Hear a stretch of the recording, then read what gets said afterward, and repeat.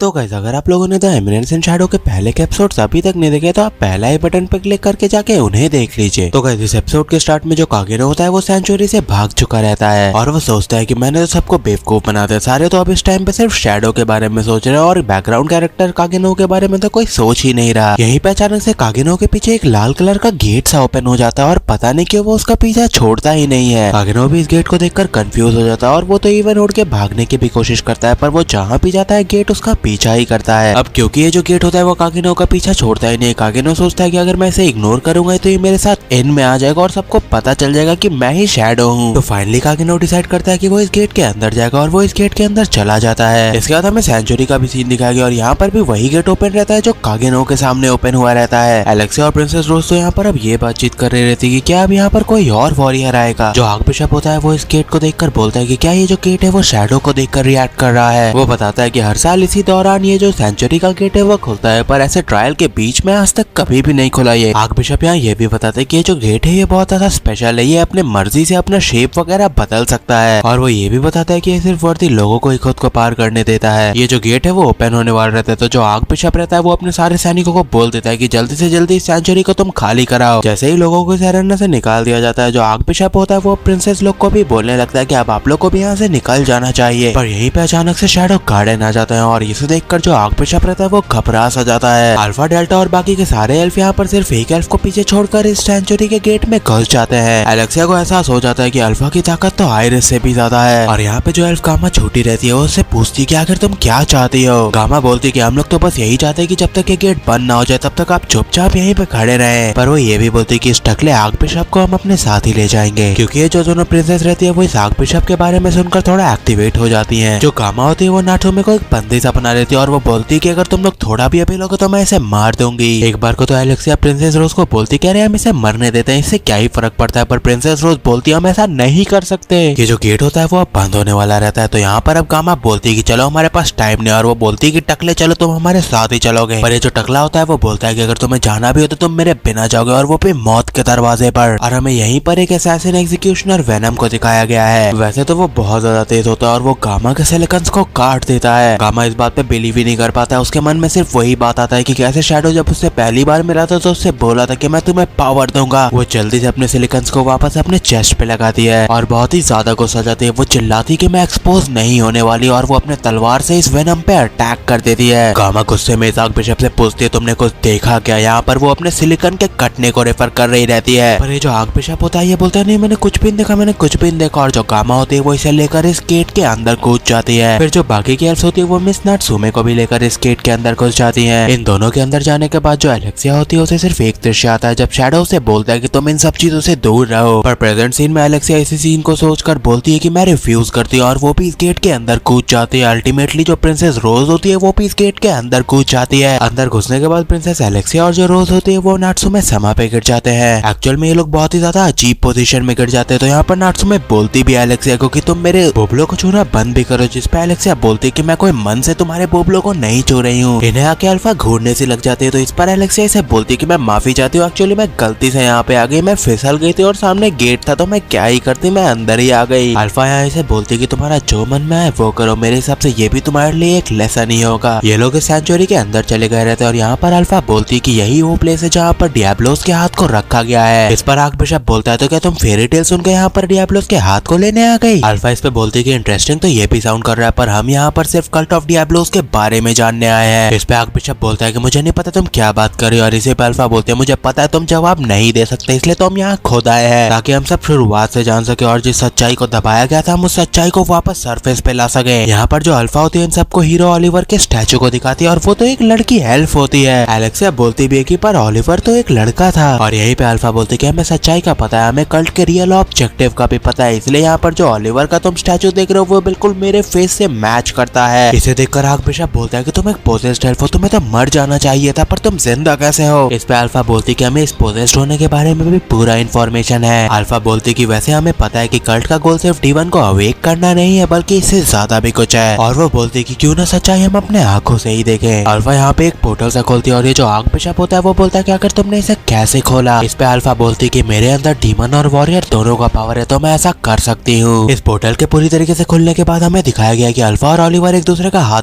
पकड़े रहते हैं और अल्फा बोलती है ये ग्रेवयार्ड है और यहाँ पे मेमोरी स्टोर्ड है डीमंस का और हीरोज का भी। वो बोलती है कि चलो हम सच्चाई का पता लगाते हैं। इसके बाद हमें अचानक से कागेनो का सीन दिखा गया और यहाँ पर वो एक गेट के अंदर घुसता है और यहाँ पर वो विच रहती है। कागेनो इस विच को बोलता है कि तुम ही ने मुझे समन किया क्या, जिसपे विच बोलती है मैंने तो तुम्हें समन नहीं किया। पर फिर वो बोलती कि वैसे तुमसे लड़ाई करके मुझे मजा ही आ गया, अगर तुम मेरे जमाने में रहते तो मजा आता मुझे। ये जो विच होती है वो कागेनो से पूछती कि आखिर तुम यहाँ पे आए कैसे। इस पे कागेनो बताता है कि एक गेट था जो मेरा पीछा ही नहीं छोड़ रहा था, तो अल्टीमेटली मैं उसके अंदर घुस आया। कागेनो इस विच से पूछते है कि क्या तुम्हें पता है कि यहाँ से बाहर कैसे निकल सकते हैं, पर ये विच बोलती है नहीं यार मुझे कोई रास्ता तो नहीं पता। वैसे कागेनो बोलता है पर तुम अभी तो मुझसे लड़ने के लिए बाहर आई थी। पर इस पे विच बोलती है यार वो मेरे संग खुद भी पहली बार हुआ था, ऐसा लगा कि अचानक से मेरी आँख खुली और मैं तुम्हारे सामने आ गई थी। कागेनो बोलता है कि ये तो बहुत अजीब है और वो वापस जाने लगता है। वो बोलता है कि चलो मैं जहाँ से आया था वहीं जाकर देखता हूँ। पर ये विच कागेनो को रोकती है। वो बोलती है कि तुम्हें नहीं लगता कि तुम्हारे सामने जो लड़की बैठी है वो बंदी सी बनी हुई है, तुम्हें इसे खोल देना चाहिए। कागेनो भी इस बात को एक्नॉलेज करता है और इस विच के बंदिशों को खोल देता है। फ्री होने के बाद ये विच बोलती है कि हजारों साल बाद फ्री होकर बहुत अच्छा लग रहा है मुझे। ये जो विच होती है वो अब कागेनो को बोलती है कि वैसे तुम और मैं एक ही चीज चाहते हैं, मैं चाहती हूँ फ्री होना और तुम चाहते हो यहाँ से बाहर निकलना। पर कागेनो बोलता है कि तुम तो आज तक यहाँ से कभी बाहर नहीं निकली, तो तुम्हें कैसे पता कि हम फ्री कैसे होंगे। इस पे विच बोलती है कि मुझे तरीका तो पता है कि हम कैसे फ्री हो सकते हैं। ये जो विच होती है वो कागेनो को बताती है कि ये जो सेंचुरी है वो एक मेमोरी प्रिजन जैसा है और अगर हम लोग इसके बराबर सेंटर में जाकर इसके मैजिकल कोर को डिस्ट्रॉय कर दे तो यहाँ पर से हर कुछ गायब हो जाएगा और मैं फ्री हो जाऊंगी। कागेनो बोलता है बस तुम फ्री होगी क्या, जिसपे विच बोलती है कि हाँ वैसे तो मैं ही फ्री होंगी, पर ऑब्वियसली यहाँ पर हर कुछ डिस्ट्रॉय हो जाएगा तो तुम भी यहाँ से बाहर निकल पाओगे। यहाँ पर ये जो विच होती है वो कागेनो को ये भी बोलती है कि वैसे तुमने नोटिस तो कर ही लिया होगा कि हम यहाँ पे मैजिक नहीं यूज कर सकते हैं। इसका कारण ये रहता है कि ये लोग मैजिकल कोर के बहुत पास होते हैं, तो सारा मैजिक जो ये लोग प्रोड्यूस करते हैं वो एब्सॉर्ब हो जा रहा है। कागेनो भी इस चीज को चेक करता है और उसे पता चलता है कि सच में वो मैजिक नहीं यूज कर पा रहा है, पर वो बोलता है कि टेंशन मत लो, मैं वैसे भी चीजों को तोड़ने में एक्सपर्ट हूँ। इस पे जो विच होती है वो बोलती है कि वैसे तुम जान लो कि मैं बहुत कमजोर हूँ और मैं तो शुरुआत से ही चाहती थी कि मुझे तुम्हारे जैसा एक स्ट्रॉन्ग नाइट मिले डिपेंड करने के लिए। ये लोग दोनों इस रूम से बाहर जाने लगते हैं और कागेनो इस विच को बोलता है कि वैसे तुम कमजोर तो बिल्कुल नहीं, और वो ये भी पूछता है कि आखिर तुम करोगी क्या यहाँ से फ्री होने के बाद। जिसपे ये विच बताती है कि मैं तो बस गायब हो जाऊंगी फ्री होते ही। इसके बाद हमें फिर से अल्फा का सीन दिखाया गया और यहाँ पर सारे के सारे ओलिवर के मेमोरी देख रहे रहते हैं। यही वो जगह रहता है जहाँ पर कल्ट ने ऑर्फन बच्चों पर एक्सपेरिमेंट किया रहता है और बहुत सारे बच्चे इस एक्सपेरिमेंट में मारे गए रहते हैं। सिर्फ कुछ ही थे जो बच गए थे और वही लोग तब पोजेस्ड के नाम से जाने जाते हैं। इसके बाद हमें फिर से कागेनो और उस विच को दिखाया गया और वो लोग यहाँ पर एक जगह पे चल रहे रहते हैं। कागेनो पूछता है कि ये कैसी जगह, यहाँ पर विच बताती है कि एक मेमोरी है, जिसपे कागेनो बोलता है ये तुम्हारी मेमोरी है क्या, जिसपे जो विच होती है वो बोलते है ये मुझे याद तो बिल्कुल है। और फिर ये लोग आगे बढ़ते हैं और इन्हें एक बच्ची दिखती है और ये बच्ची जो होती है वो रोज ही रही रहती है और ये जो विच होती है जाकर इस बच्चे को एक थप्पड़ लगा देती है। वो बोलती है कि रोने से कुछ भी नहीं होगा, तुम रोना बंद करो। इस पे कागेनो बोलता है कि ये थोड़ा हार्श नहीं हो गया, और इस पे विच बोलती है कि वैसे भी वो मैं ही हूँ तो कोई फर्क नहीं पड़ता। कागेनो बोलता है मतलब तुम मानोगे कि ये तुम्हारी ही मेमोरी है। हमें फिर अल्फा का सीन दिखाया गया और यहाँ पर वो बोलती है कि ओलिवर उन कुछ बच्चों में से थी जो कि डीमन सेल इम्प्लांटेशन के कॉम्पैटिबल थी। वो बताती है कि कल्ट यही तो करता था, डीमन के सेल को बच्चों में इम्प्लांट करता था। इस पे जो आर्क बिशप होता है वो बोलता है कि हमारे पास और कोई ऑप्शन नहीं था, डीमन किंग को हराने के लिए हमें और ज्यादा ताकत चाहिए थी। अल्फा बोलती है कि इसे कल्ट हमेशा एक एक्सक्यूज के तौर पे यूज करते हुए आया है। फिर अल्फा ये भी बताती है कि जैसे ही ओलिवर मैच्योर्ड हो गए थे और वो अपने पावर को कंट्रोल करने लग गई थी, उसे एक मिशन असाइन किया गया था और यहाँ पर एलेक्सिया बोलती है कि क्या वो मिशन डीमन को मारना था, जिसपे अल्फा बोलती है कि फेरी टेल में तो वही मिशन था पर एक्चुअल में मिशन अलग था। वो बताती है कि असली मिशन था कि डीमन से और भी ज्यादा सेल ऑफ डियाब्लोस इकट्ठा करे। वो अल्फा बताती है कि बहुत ज्यादा पावर आने के बाद भी जो ओलिवर थी वो लॉयल थी और उसने वैसा ही किया जैसा उसे कहा गया, क्योंकि वो सोचती थी कि अगर वो ऐसा करेगी तो एक दिन दुनिया में पीस होगा। पर फिर हमें एक बैटलफील्ड का सीन दिखाया गया और बताया गया कि रियलिटी में कुछ और ही था। ओलिवर चाहे डियाब्लोस के कितने भी टुकड़े करती, वो जो डियाब्लोस था वो मर ही नहीं रहा था। कल्ट ने आर्टिफैक्ट का यूज किया जो डीमन था उसके लेफ्ट हैंड को सील करने के लिए और उसके ऊपर रिसर्च करने के लिए। और अल्फा यहाँ पर इन्हें एक शीशी में कुछ कैप्सूल सा दिखाती है और वो बोलते कि वो सब रिसर्च करके उन लोगों ने ये बनाया, पर वो ये भी बताते कि इसको यूज करने के बहुत ज्यादा साइड इफेक्ट्स भी हैं। इसके बाद हमें डीमन के आर्म को भी दिखाया गया जो कि बहुत ज्यादा विशाल होता है। यहाँ पर दिखाया गया कि जो आर्क बिशप होता है वो अपने जवानी के दिनों में इस राइट आर्म की मदद से कुछ पिल्स से बनाता है और इसे खाने से बहुत ज्यादा ताकत आएगी और इमॉर्टैलिटी आएगी, मतलब यूथ इमॉर्टैलिटी आएगी। अल्फा बोलती है कि तुम उस समय भी वहीं पे थे तो तुम हमें बताओ कि इस ड्रग का क्या नाम है। इस पे आर्क बिशप बताता है कि इसका नाम बीट्स ऑफ डियाब्लोस है और अल्फा बोलती है कि पर ये जो बीट्स ऑफ डियाब्लोस है ये भी परफेक्ट नहीं था, इसमें बहुत बड़े 2 फ्लॉज थे। इस पे एलेक्सिया बोलती है कि ये गस करना तो बहुत आसान है, जवानी में जो आर्क बिशप था उसके सर पे बाल थे पर अब बाल नहीं है तो वो टकला हो चुका है इसके कारण। पर आर्क बिशप बोलता है कि ये कोई फ्लॉ नहीं है, मैं टकला इसके कारण नहीं हुआ हूँ, पर मैं टकला स्ट्रेस के कारण हुआ। मेरे आसपास सिर्फ बेवकूफ भरे थे और उनके संग काम करना बहुत मुश्किल था। इस पे एलेक्सिया बोलती है अच्छा मुझे माफ करना। और अल्फा बताती है कि जो पहला फ्लॉ था ये था कि इसे हर कुछ इंटरवल में तुम्हें खाना पड़ेगा, मतलब ऐसा नहीं है कि तुम इसे एक बार खा लिया और इसका पावर काम करते ही रहेगा। वो बताते कि ऑलमोस्ट इसे हर साल में एक बार तुम्हें खाना ही पड़ेगा। और वो ये भी बताते कि दूसरा फ्लॉ ये है कि एक साल में सिर्फ 12 पीट्स ऐसे बनाए जा सकते हैं। वो सबको बोलती कि तुम्हें नहीं लगता ये जो राउंड ऑफ 12 नाइट्स है ये कुछ स्ट्राइकिंग है 12 नंबर के कारण। एलेक्सिया को नाइट्स ऑफ राउंड से चीजें याद आती हैं और अल्फा बोलती कि अब तक तुमने बीट्स ऑफ डियाब्लोस को परफेक्ट नहीं किया है। वो बोलती है इसके लिए तुम्हें डीमन किंग के हाथ की जरूरत पड़ी और मेरे जैसे प्योर ब्लड की जिसमें ओलिवर का खून बहता हो। और यहाँ पर जो आर्कबिशप होता है वो बोलता है कि नाइट्स ऑफ राउंड के सारे मेंबर को इमॉर्टैलिटी चाहिए और मैं भी उनमें से एक हूँ। वो यहाँ पर थोड़ा हल्ला सा मचाने लगता है और अपने ओरिजिनल रूप में आने लगता है इनसे फाइट करने के लिए, पर डेल्टा यहीं पर आती है और इसे मार देती है। इसे मारने के बाद वो इसे नीचे पानी में गिरा देती है और अल्फा इसे बोलती है कि हमने तुम्हें बोला था ना कि उसे बिना इन्फॉर्मेशन लिए मारना नहीं है। डेल्टा जो होती है वो यहाँ पर अल्फा से माफी सा मांगने लग जाती है। वो बोलती है प्लीज मुझे माफ कर दीजिए, मैंने ऐसा जानबूझ के नहीं किया। अल्फा बोलती है चलो चलो बस भी करो। और फिर वो उसे बोलती है वैसे मैंने तुम्हें एक और बात बताया था कि कभी भी अपने शिकार को जिंदा नहीं छोड़ना चाहिए। और यहाँ पर वो जो आर्कबिशप होता है वो एक विशाल से रूप में पानी से निकलकर ऊपर आ जाता है और यहाँ पर अजीब सा एक स्क्रीन ब्रेक सा होता है। इस कारण से जो सारे एल्फ होते हैं वो दो पार्ट में बदल जाते हैं। अल्फा वगैरह तो एक जगह होती है पर एप्सिलॉन वगैरह दूसरी जगह चली जाती हैं। अल्फा बोलती है कि शायद ये भी सेंचुरी के कोई सिक्योरिटी पार्ट में से एक होगा। ये जो आर्कबिशप होता है वो बोलता है कि सेंचुरी हमारा टेरिटरी और यहाँ पे कल्ट ही रूल करता है। आर्कबिशप जो होता है वो अपने क्लोन से क्रिएट कर लेता है और यहाँ पर इनकी फाइट शुरू होने वाली रहती है डेल्टा और अल्फा से। और गाइस ये एपिसोड यहीं पे खत्म होता है। नेक्स्ट एपिसोड तक के लिए सायोनारा।